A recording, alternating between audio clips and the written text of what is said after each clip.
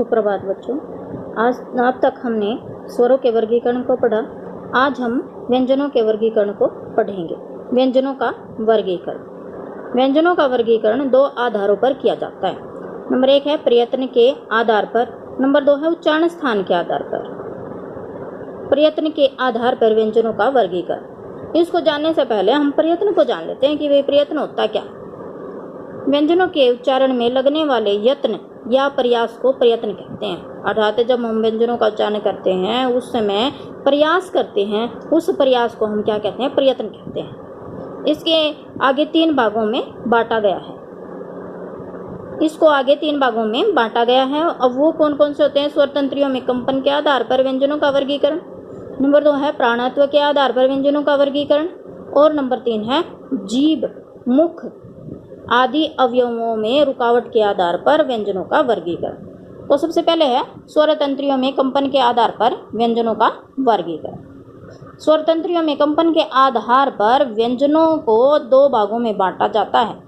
Number 1 है सघोष ध्वनियाँ अर्थात सघोष व्यंजन, नंबर 2 है अघोष ध्वनियाँ अर्थात अघोष व्यंजन। तो सघोष व्यंजन जिन ध्वनियों के उच्चारण में स्वर तंत्रियों में कंपन उत्पन्न हो, अर्थात जब हम इनका उच्चारण करते हैं तो स्वर तंत्रियाँ क्या हो, उनमें कंपन हो, उन्हें सघोष व्यंजन कहते हैं। सभी स्वर क्या हैं? सघोष हैं। वर्ग का तीसरा, चौथा, 5वां वर्ण ड, ढ, य, र, ल, व, है, ये सभी क्या हैं? सघोष व्यंजन अर्थात इन्हें हम सघोष ध्वनियाँ कहते हैं। अघोष व्यंजन जिन व्यंजनों के उच्चारण में स्वर तंत्रियों में कंपन उत्पन्न न हो उन्हें अघोष व्यंजन कहते हैं। तो अघोष व्यंजन कौन से होते हैं?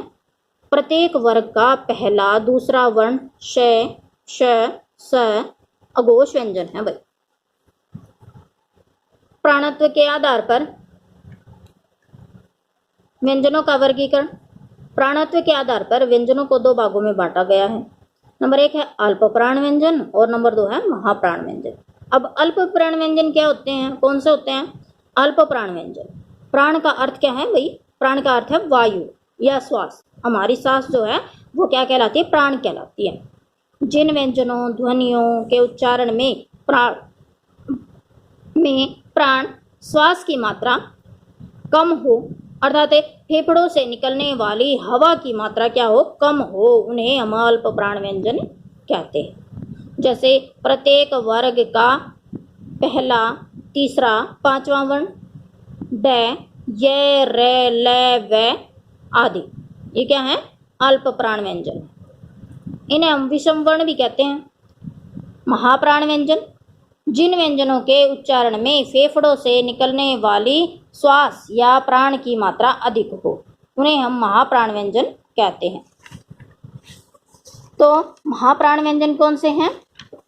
प्रत्येक वर्ग का दूसरा चौथा वर्ण ढ, श, श, स और है, ये सभी क्या हैं?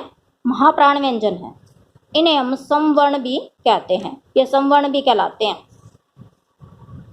जीभ, मुख, जीभ या मुख आदि अवयवों में रुकावट के आधार पर व्यंजनों का वर्गीकरण वो कितना होता है? सबसे पहले स्पर्श व्यंजन जिन व्यंजनों के उच्चारण में मुख के भाग आपस में एक दूसरे को स्पर्श करें। अब आपस में एक दूसरे को स्पर्श करने वाले कौन से होते हैं? स्पर्श व्यंजन होते हैं। जब जीभ का भाग आपस में स्पर्श करे वो स्पर्श व्यंजन कहलाते हैं।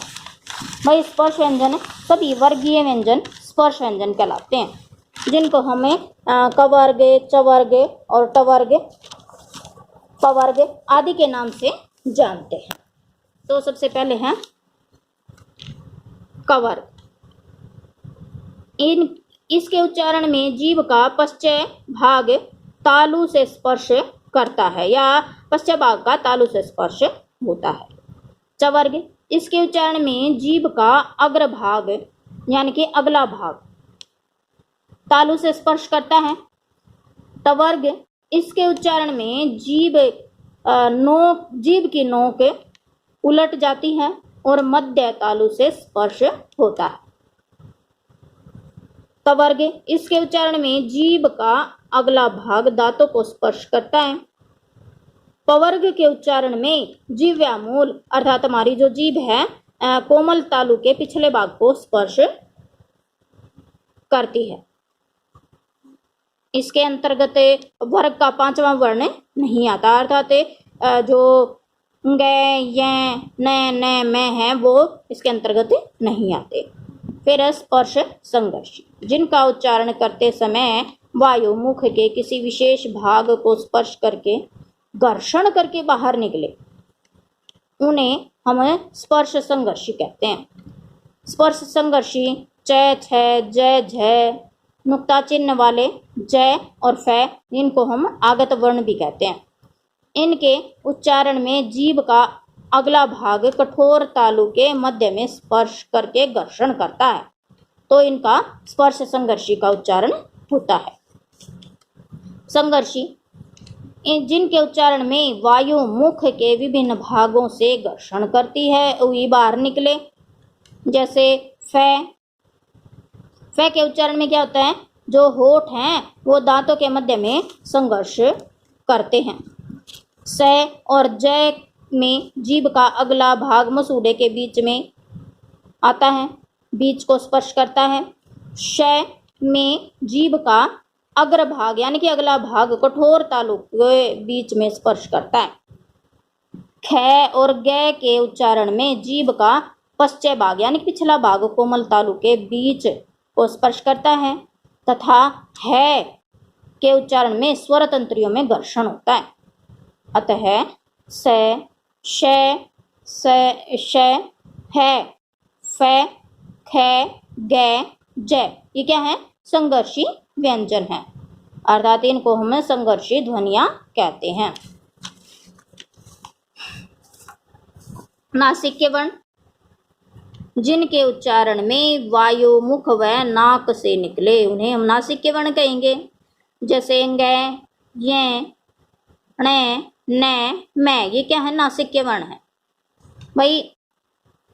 अब है पार्श्विक वर्ण, जिनके उच्चारण में वायु जीभ के आसपास से निकले, वह जीभ का अगला भाग मसूड़े को स्पर्श करे, और र हमारा पार्श्विक वर्ण है। फिर है अर्ध स्वर, जो स्वर और व्यंजन का मिश्रण हो, अर्थात जिसमें पहले स्वर समाहित हो, जैसे य और व, न तो पूरी तरह स्वर में आते हैं और न ही व्यंजन होते हैं। य के उच्चारण में जीभ का ऊपरी भाग कठोर तालु के पास जाता है, तथा व के उच्चारण में दोनों होठ क्या हो जाते हैं, पास आ जाते हैं। अतः य और व क्या है, अर्ध स्वर है। उत्क्षिप्त, जिनके उच्चारण में जीभ का अगला भाग झटके के साथ तालु को स्पर्श करे, जैसे ड, ढ।